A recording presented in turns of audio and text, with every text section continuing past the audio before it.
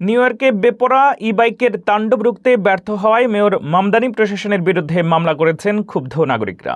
Amazon সহ বড় বড় ডেলিভারি কোম্পানির স্বার্থে সিটির রাস্তাঘাটকে ই-বাইকের নিরাপদ করিডোর বানানোর অভিযোগ উঠেছে। দুর্ঘটনা ও ট্রমা রোগীর সংখ্যা আশঙ্কাজনকভাবে বাড়ায় পুরো নিউ ইয়র্ক জুড়ে এখন তীব্র ক্ষোভ।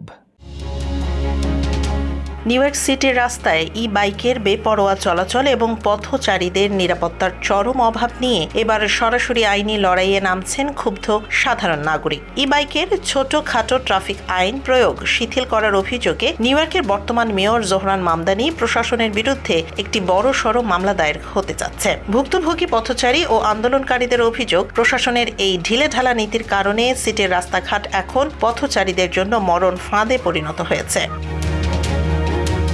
দুর্ঘটনার শিকার হওয়া নাগরিক এবং রাজনৈতিক ব্যক্তিত্বরা একজোট হয়ে এই মামলাটি করতে যাচ্ছেন। তাদের মূল নিশানা মেয়র মামদানির গত মার্চের একটি বিশেষ নির্বাহী আদেশ, যার মাধ্যমে ই-বাইকের ছোটখাটো আইন লঙ্ঘন দমনের প্রক্রিয়া বন্ধ করে দেওয়া হয়েছিল। সমালোচকদের মতে এই আদেশের পর থেকে নিউ ইয়র্কের ফুটপাত এবং ক্রসবাকগুলো যেন এক একটি আইনহীন মুক্তাঞ্চলে পরিণত হয়েছে।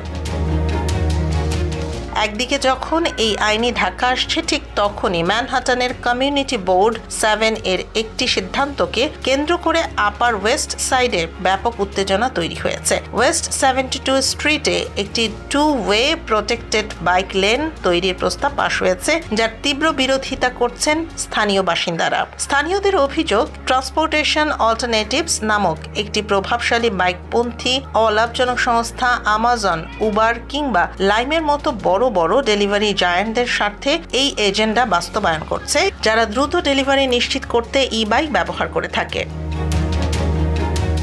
NYU ল্যাঙ্গনের সাম্প্রতিক এক গবেষণায় দেখা গেছে 2018 সালের তুলনায় 2023 সালের মধ্যে বাইক ও স্কুটার দুর্ঘটনার সংখ্যা আশঙ্কাজনকভাবে বেড়েছে, যা বর্তমানে হাসপাতালের মোট ট্রমা ভর্তির প্রায় 7%। সবচেয়ে ভয়াবহ বিষয় হলো ই-বাইকের ধাক্কায় চালকদের চেয়ে পথচারীদের মস্তিষ্কে গুরুতর আঘাত পাওয়ার হার প্রায় দ্বিগুণ। কুইন্সের অ্যাস্টোরিয়া উডসাইড থেকে শুরু করে ব্রুকলিনের বার্গেন স্ট্রিট পর্যন্ত মেয়রের এই চওড়া বাইক লেন তৈরির পরিকল্পনা নিয়ে স্থানীয়দের মনে এখন তীব্র ক্ষোভ ও আতঙ্ক বিরাজ করছে।